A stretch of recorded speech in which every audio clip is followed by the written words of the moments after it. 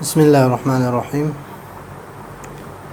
آج کا ہمارا جو سبق ہے اعلم ان نسبت بین الکلین، یہ نسبت جو ہے بین الکلین یہ 4 قسم پر ہے۔ لأنک اذا اخذت کلین،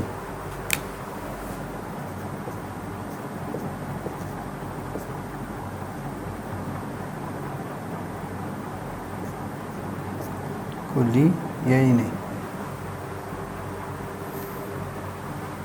فإما أن يصدق كل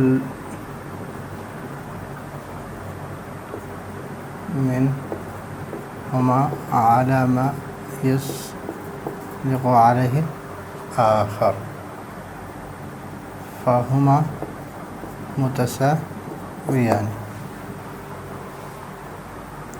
نسبت جو ہے دو کلیوں کے درمیان نسبت کو بیان کرتے ہیں۔ یہ نسبت یعنی جہاں پر بھی لفظ کلی ہو، جتنی بھی ہے لفظ کلی، قلم یہ بھی لفظ کلی ہے، انسان یہ لفظ کلی ہے، کتاب لفظ کلی ہے، پتھر لفظ کلی ہے، اور دیوار لفظ کلی ہے، اور دروازہ لفظ کلی ہے، گھوڑا لفظ کلی ہے، سفید لفظ کلی ہے، کالا لفظ کلی ہے۔ مفہوم کلی، لفظ کلی ہم پچھلے سبق میں پڑھ چکے ہیں کہ کلیت اور جو مفہوم جو ہے یہ کس کی صفت ہے؟ یہ معنی کی صفت ہے، لیکن لفظ کے لیے بھی طبعاً استعمال ہے، یہ بھی لفظ کی صفت ہے۔ گدھا یہ بھی کلی لفظ کلی ہے، بکری یہ بھی لفظ کلی ہے، اور اس کے ساتھ ساتھ حیوان ناطق یہ بھی لفظ کلی ہے، ضاحک یہ بھی لفظ کلی ہے، ہنسنے والا، کاتب یہ بھی لفظ کلی ہے، لکھنے والا۔ اسی طرح بہت سارے کلیات ہیں۔ تو جب ہم دو کلی جو ہے اس کو لے لیں گے، مثلا انسان اور قلم ہے، تو ان کے درمیان 4 نسبتوں میں سے کوئی نہ کوئی نسبت ضرور ہوتی ہے، یا تو دونوں میں تساوی کی نسبت ہوتی ہے، تساوی، یا تباین کی، یا عموم خصوص مطلق، اور یا عموم خصوص من وجہ۔ ابھی قلم کا کوئی فرد انسان نہیں ہے، کوئی فرد انسان نہیں ہے، اور انسان کے کوئی فرد بھی قلم نہیں ہے، تو ان دونوں میں نسبت ہے تباین کی۔ حیوان ناطق اور انسان، حیوان بھی ایک کلی لفظ کلی ہے، اور سفید بھی لفظ کلی ہے۔ ابھی حیوان ناطق اور انسان کی جتنے افراد ہیں وہ سارے حیوان ناطق کے افراد ہیں، اور حیوان ناطق کے جتنے افراد ہیں وہ سارے انسان کے افراد ہیں۔ تو یہ کلی اس کے سارے افراد پر صادقار ہے، اور یہ کلی اس کے سارے افراد پر صادقار ہے، تو اس میں نسبت ہے تساوی کی۔ کتاب اور پتھر میں بھی وہی نسبت ہے، نسبت تباین کی۔ کوئی کتاب پتھر نہیں اور کوئی پتھر کتاب نہیں، اس میں نسبت تباین کی ہے۔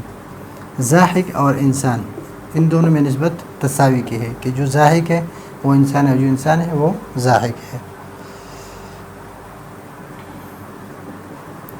اس طرح دیوار اور دروازے میں تباین کی نسبت ہے۔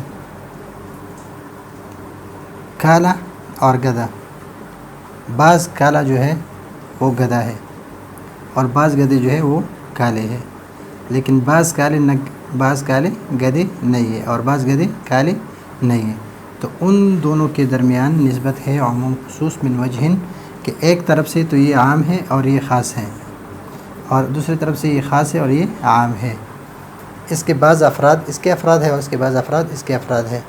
مثلا یہ کالا گدھا ہے، کالا گدھا ہے، اور یہ ایک سفید گدھا ہے، سفید گدھا ہے، کالا گدھا ہے.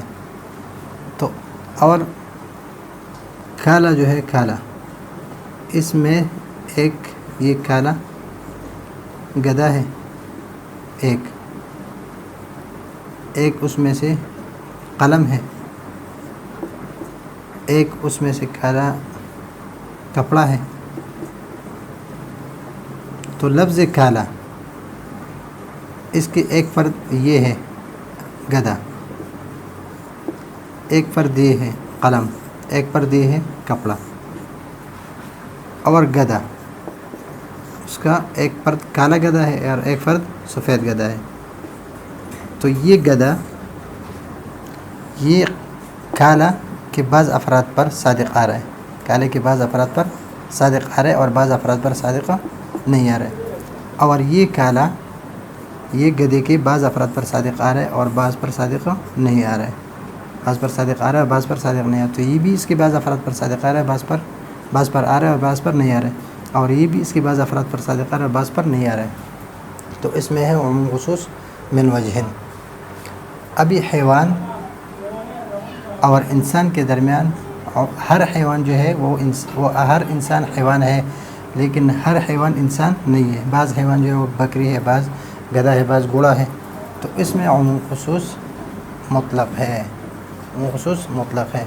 تو ابھی ہم نے جو لکھا ہے کہ جب دو کلیوں کے درمیان ہم اس کو لے لیں گے تو ان کے درمیان جو نسبت ہوتی ہے ان چار نسبتوں میں سے کوئی ایک نسبت یا تو دونوں میں تساوی کی نسبت ہے، یا دونوں میں تباین کی نسبت ہوتی ہے، یا عموم خصوص مطلق یا عموم خصوص من وجہن کی.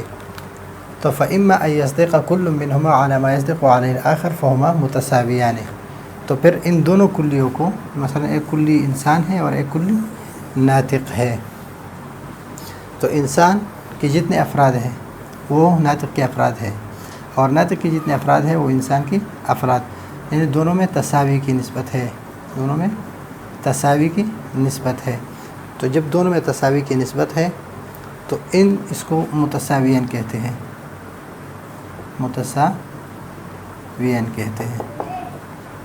یہ اور نسبت اس میں ہے تساوی کی اور دونوں متساویان ہیں. فہما متساویان، تو دونوں متساویان ہیں، متساوی اور متساویان. تو آپ نے یہ سمجھ لیا کہ اگر ایک کے افراد اس کے سارے افراد اور اس کے افراد اس کے سارے افراد ہوں تو اس کو کہتے ہیں متساویان. تو اگلے سبق میں ہم پڑھیں گے عموم خصوص مطلق کے بارے میں تفصیل سے. اس وقت کے لیے اجازت چاہتے ہیں. اللہ حافظ.